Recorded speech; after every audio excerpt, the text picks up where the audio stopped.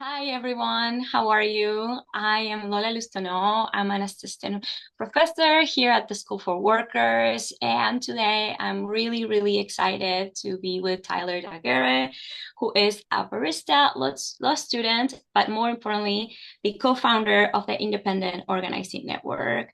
Tyler, thank you so much for being here. Lola, it's so good to be here. Yeah, of course. Thanks for inviting me. Okay, well, to start us right off, I was hoping you could tell us what the Independent Organizing Network is, how it came to be, and why. For sure. So the Independent Organizing Network, or ION, is a pro bono legal and organizing support initiative that we actually run through the National Lawyers Guild chapter of Massachusetts. We started in Boston, but we've expanded to New York and the Bay Area, and we're looking to sort of expand into Portland, Oregon next. I'll explain why later. The long and short of it is as a Starbucks barista organizer at the time in Boston, we had run a 64-day strike at one of the stores. At that time, Wow. the longest strike in the campaign's history. And on that picket line, I met workers at Blue Bottle Coffee in Boston, which is originally a chain that was started in the Bay Area. There's now 76 locations. It's owned by Nestle. And so I was talking to them, and a little later down the line, I checked in to see like, hey, how are organizing efforts going? They were like, well, we're kind of between two unions, but we don't really want to go with either of them. And I was like, look, like I'm in law school. I was in law school at the time.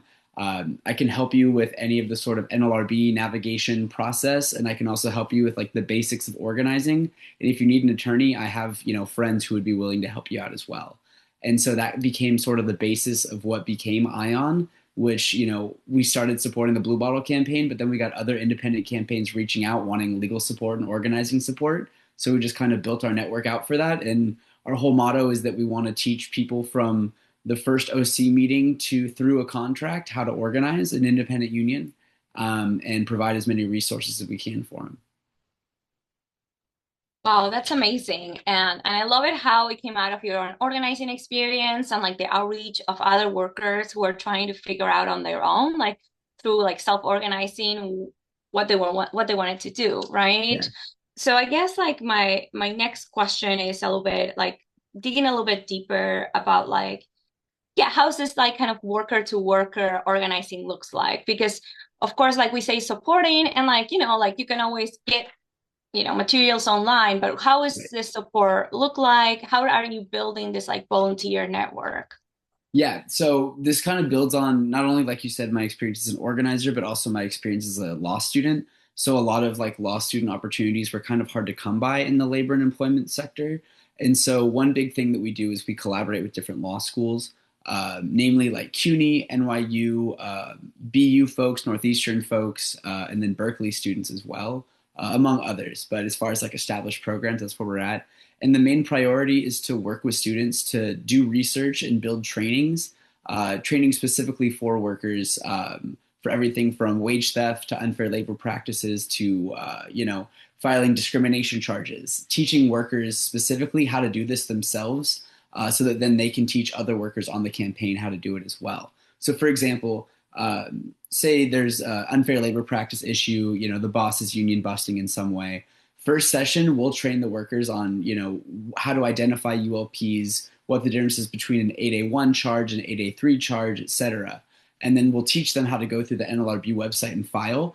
Usually after the first time, honestly, they figure out how to do it. And then I think at this point, the Boston folks have probably filed more than 15 ULPs. The Bay Area folks, I think they said they're up to like 6 or 7. Oh no, I said 6, 7. This is a dangerous number to say during this era. Anyway, maybe 6 or 7 charges, and basically, do it themselves. Same thing with like bargaining sessions, even like a lawyer will be present for the first bargaining session. And then once workers really get the hang of how to advocate for themselves in those conditions, they'll sort of teach their colleagues how to conduct themselves as well. And you really don't need a lawyer for it. The goal is to, provide free legal resources and support as much as the workers need it, but truly to invest in worker autonomy so they can do it themselves.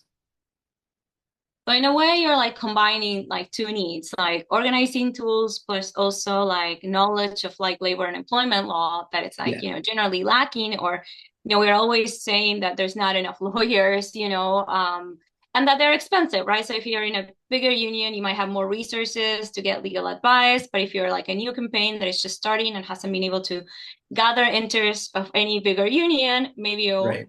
can't access that legal expertise. Exactly. But this makes me think about something else, and like Yeah. all the work that you're describing is amazing. But like for example, like so the majority of the volunteers that are part of Ion are law school students or not necessarily? So here's how it usually breaks down. I would say for building trainings and things like that, it's majority law students. Yeah. As far as who's doing, like, I'll give you an example or run you through a Yeah. scenario. So say EWOC. So we have a good relationship with EWOC, and they send us independent campaigns that a union wouldn't traditionally take, right? So usually we support a lot of those, like a traditional workplaces, or maybe workers are seasonal, 1099, something like that. So we'll get in touch with that campaign. Usually the campaign is at some point between, hey, we just filed and now we're not really sure what to do. We want to file. Or sometimes the last few campaigns we've gotten is we already won our union, but we haven't initiated bargaining. Help us out. So in terms of how I directly support that campaign, we'll have an intake call, and then I'll put the call out to the coalition that we've been forming of independent unions and directly ask workers from those unions who wants to be on this call. And I'll make sure that we have a worker, generally, an attorney to help supervise and answer legal questions, and law students ideally will plug them in as well to get them some good hands-on experience to shout at the lawyers. But it's mostly worker to worker organizing in that context too for direct campaign support.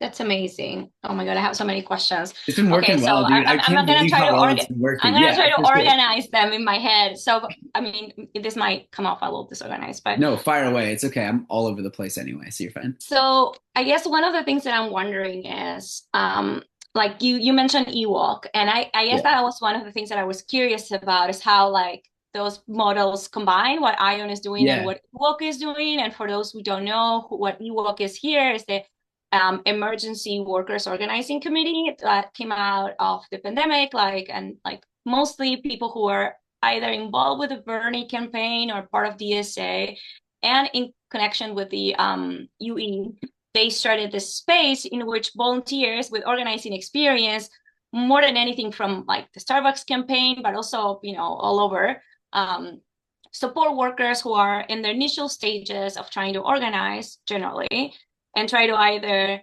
build up their campaign so they can go to a union, a bigger union can take it over, or they build their own, whatever it is that they're looking for.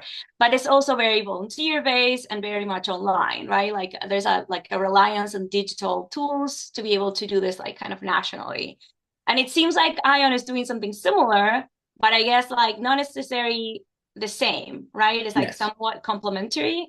Yes, exactly. And there's certain gaps in what Ewok offers or has the capacity to take on right now, which is sort of the niche that we wanted to fill, right? So first and foremost, we were started as like a legal support group because we recognize, or I recognize in working with the Blue Bottle workers, that the main hurdle is, okay, we don't have legal support, right? So my goal was to sort of fill that gap. Ewok doesn't do a ton of legal support. They have like NLRB stuff, but as far as the substantive legal support aspect of it, their focus is really more rank and file organizing. So we wanted to fill that niche. Secondarily, we're working on the back end with them and the National Institute for Workers' Rights on building worker legal trainings. So, for example, right now we're piloting trainings in New York with law students and a couple of attorneys to build a wage theft training, a discrimination training, and specific to New York state law, right? Because the goal is to do local state laws so the workers can understand the difference. You know, one of the big news reports recently in New York was the Fair Work Week settlement that the Starbucks workers won for, you know, tens of millions of dollars, the largest settlement in city history.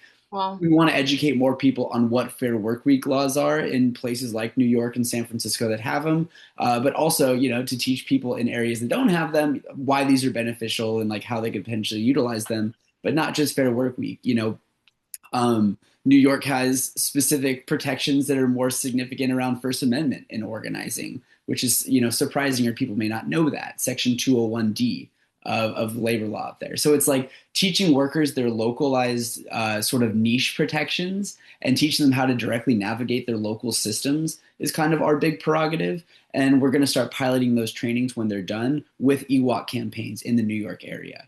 So we're sort of doing more legal based trainings on the back end and trying to build that collaboration with EWOC.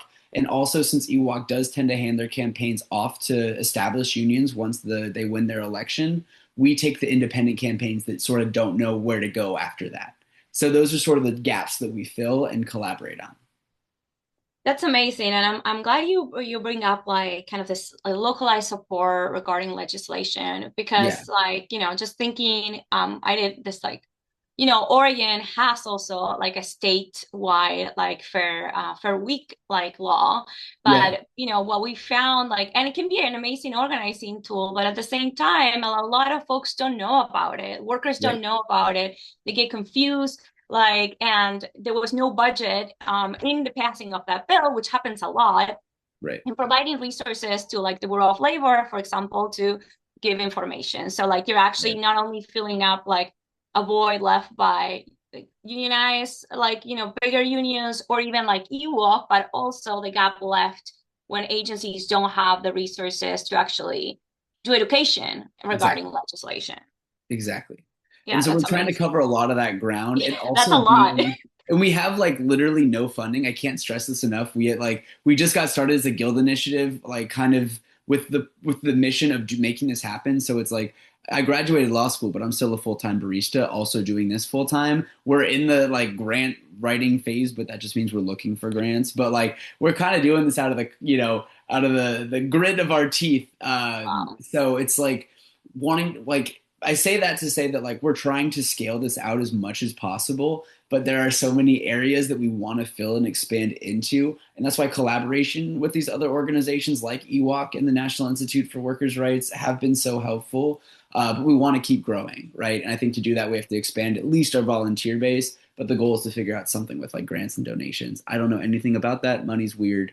But point being is like we're trying to expand this to scale. It's working well where we're at, but now the next question is like, how do we model that to like ideally all the 50 states?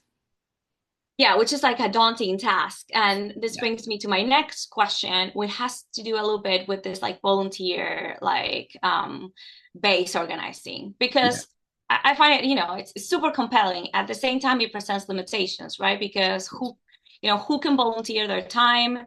And it's, it limits who can be a volunteer in many ways, right? Absolutely. Yeah. Yeah. And then we have the challenges of like are those who are volunteering able to reach out or to support a diverse group of workers, or are we like just able to support certain like younger, maybe more tech savvy Right. workers? Right. Um, so I was wondering, I mean, how many volunteers do you have right now?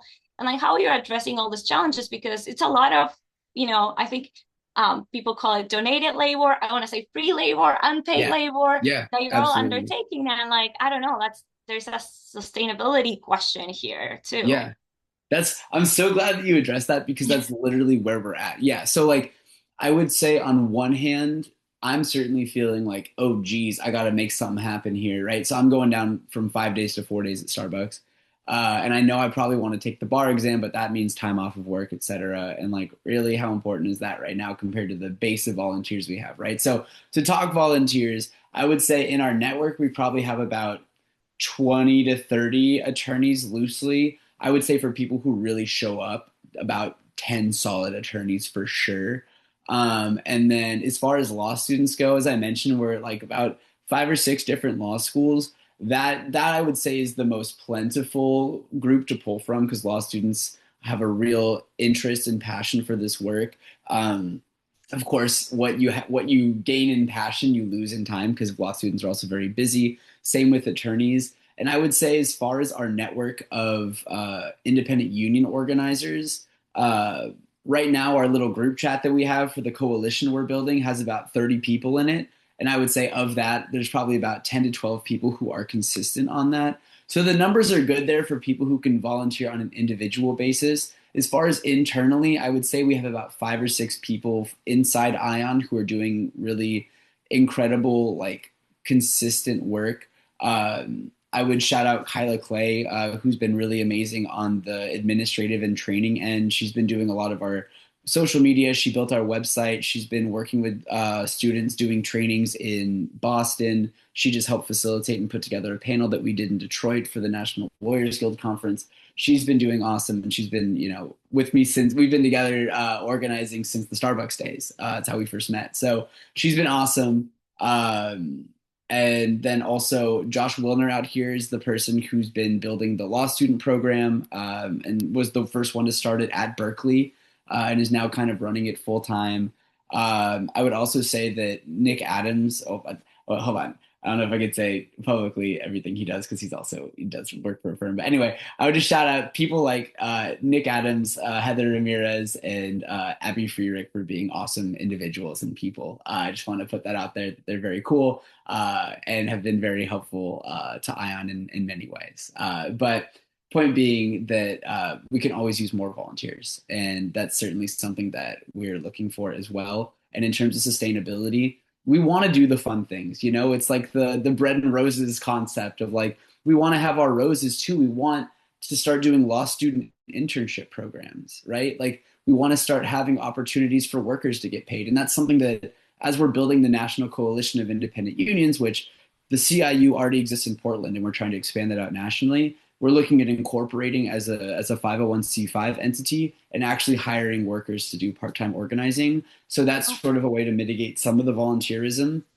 But there's like this two-sided coin that I look at. One side is like to do the work that is unfettered by the nonprofit industrial complex, or doesn't get too lost into the bureaucracy of academia, or the conservatism of the law. You kind of need to do, if you want to do it your own way, sometimes you have to do it fully with volunteers, and fully putting your time aside to do it. That's part of my belief. The other belief is you don't necessarily have to suffer for what you believe in. So there are probably ways to figure out the grant writing process and donations that I just have slacked on because I haven't prioritized it. I'm open to any and all suggestions on that front. But I agree with you that both, it is not sustainable to do the mutual aid volunteerism thing on a national scale.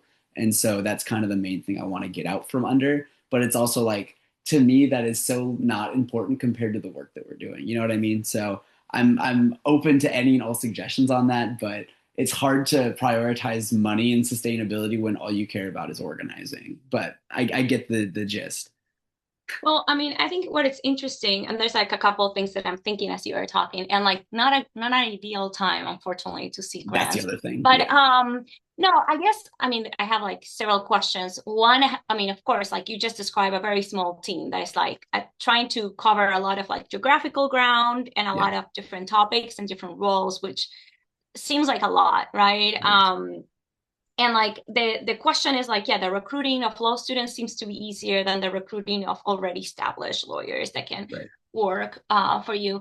And I guess what I am thinking, okay, two disconnected thoughts. I'm gonna say them at the Good. same time Can and we we'll come work together? with We it. got this. So one of the disconnected thoughts is that it's so interesting hearing that you were part of a Starbucks campaign. And like I think that when we think about the impacts of the Starbucks campaign, we're like, okay, like it showed a lot of things like that were possible, and like a form of organizing that was thought to be kind of like organizing the impossible to organize. But at the same time, I guess the lack of a contract has like also created doubts about like, Yeah. okay, what's left of that. And I keep finding that so many folks that were part of that organizing attempt have gone off to like replicate that in different ways. Like there's a lot of Starbucks folks in Ewok as well, right? So Yes. there's like it's kind of interesting that regardless of the ultimate outcome for Starbucks workers, there's like definitely some spread of that experience to like other workers in other sectors, which I find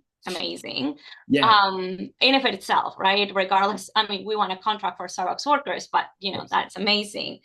And I guess the other piece that I'm going to say that it's different from this is that, and this happens to me when I'm thinking about eWork as well, Yeah. is that it seems like you are creating a labor center in some ways, I right? know. Like it seems that, for many decades, ad labor was like for immigrants, like Right. I would say. Right, for women, for vulnerable women, for immigrants, right? Like right, the union big movement didn't have that much space, but they, collaborated, creating this like labor spaces where those right, populations were like more organized. And a lot of them right, started with legal services, right? Like I'm thinking Pecuna, Oregon, like Make the Road, New York. Like a lot of them started as like offering legal services to become labor centers and provide organizing. So that's in right. some ways, is the difference here that you're doing it for white people?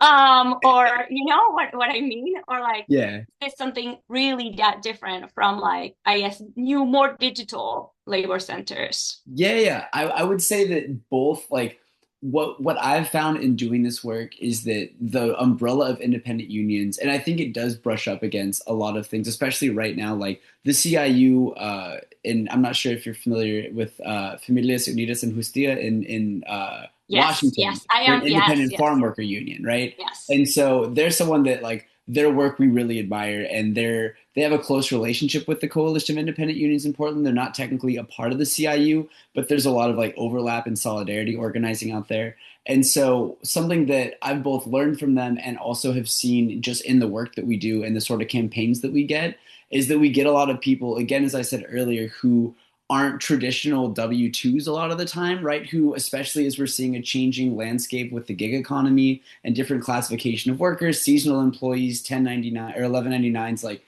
people who are traditionally excluded or maybe in the future excluded from organizing, but still nevertheless deserve a workplace.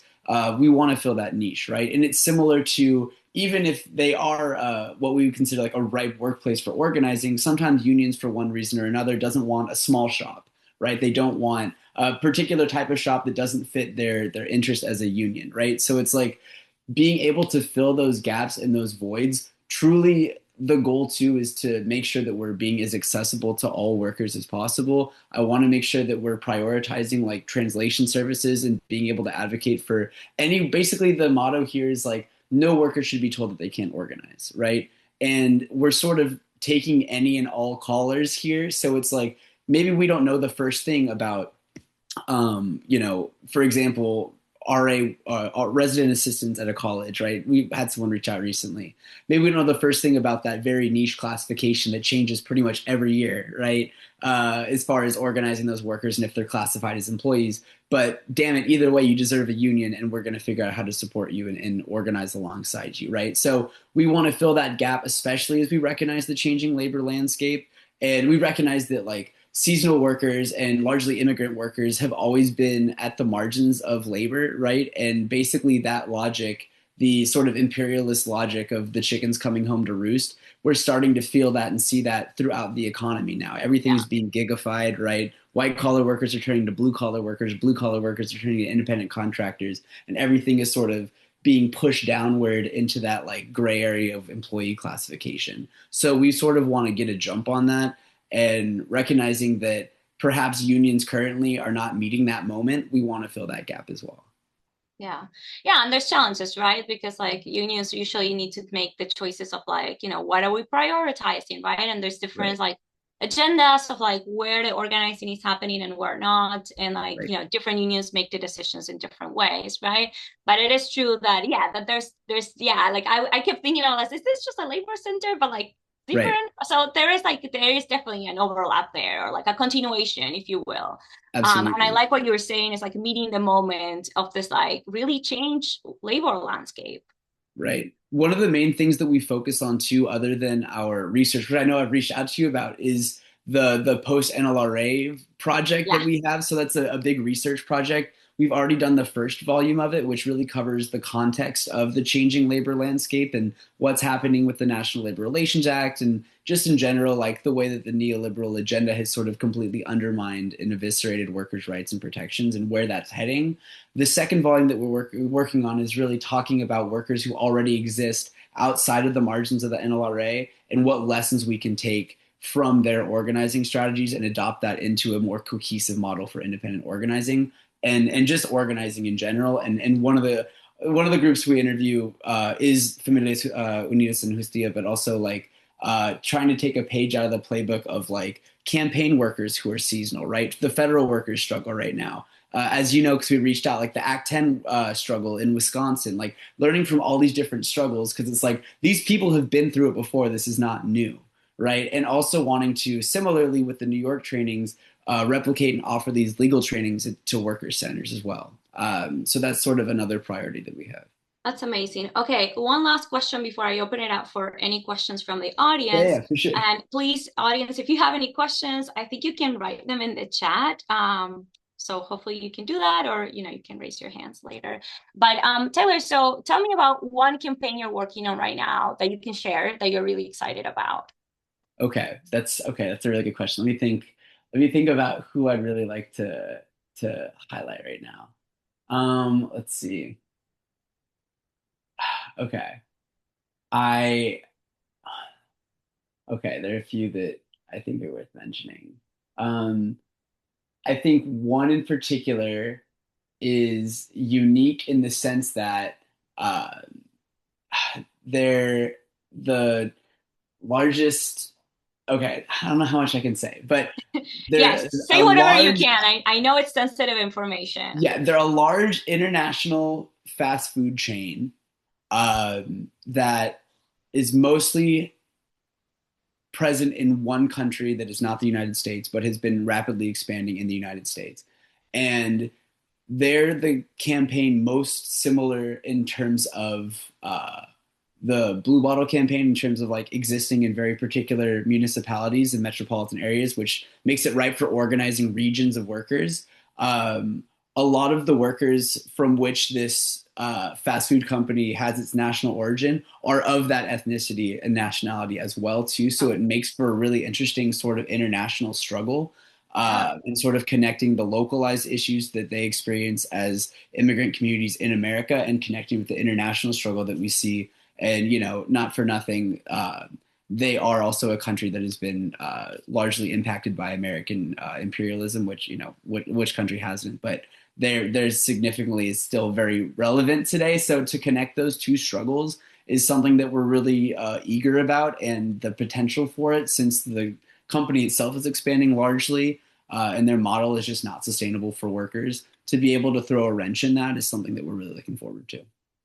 Yeah, and that sounds amazing because I think that, both the fact that this is kind of like a horizontal, really national effort, right? In which Yeah. you're like trying to bring together, because I think that, of course, although a lot of unions have like national presence, like the moments of like national, like really like horizontal conversation are not, it's really hard to do, and there's not that many. And like it seems like Yeah. you're building something that from the start can attend both to the local, the national, and now you're saying the international, which I think is like fundamental in this context.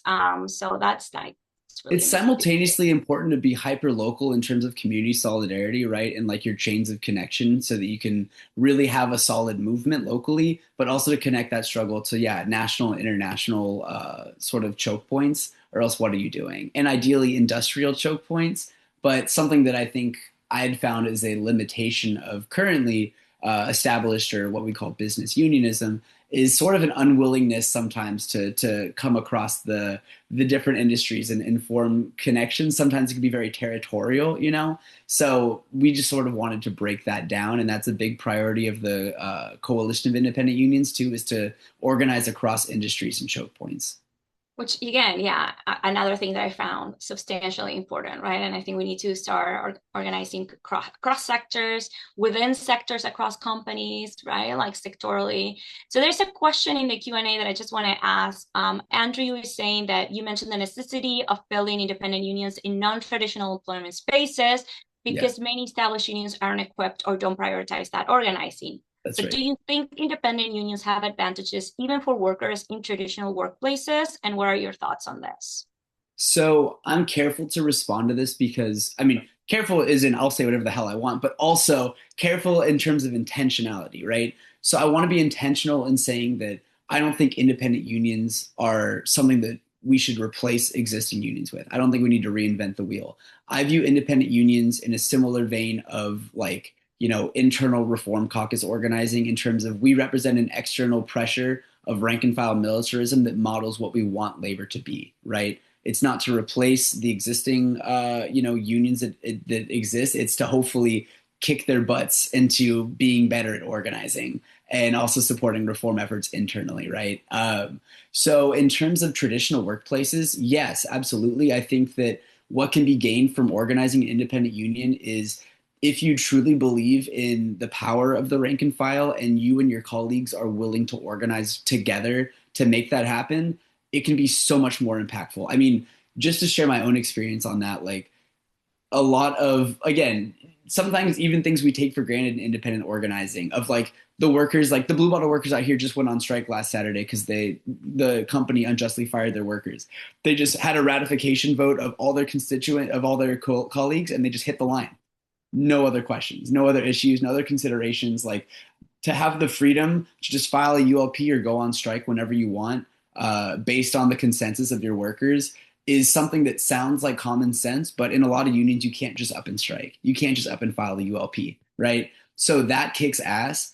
What I will also say cautiously is, as much as I'm an advocate for DIY unionism, it is a lot of work. It is so much work because rather than having a staff organizer and an attorney and all these people, doing all this work for you, you are doing 95% of the stuff.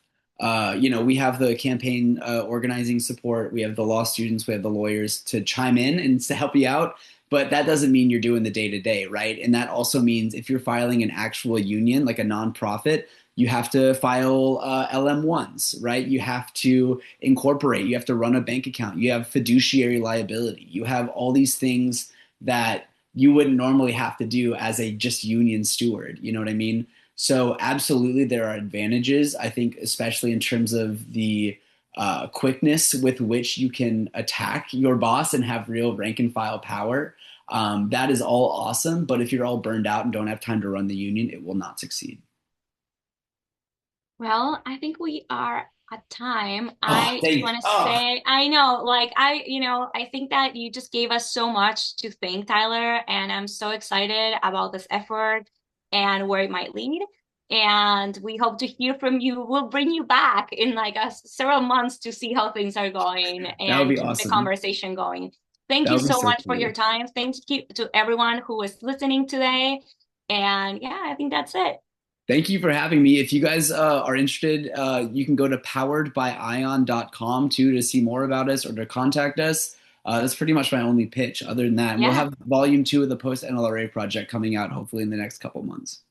That's amazing. Thank you again. It's nice seeing everyone. Bye. You rock, Lola. Thank you.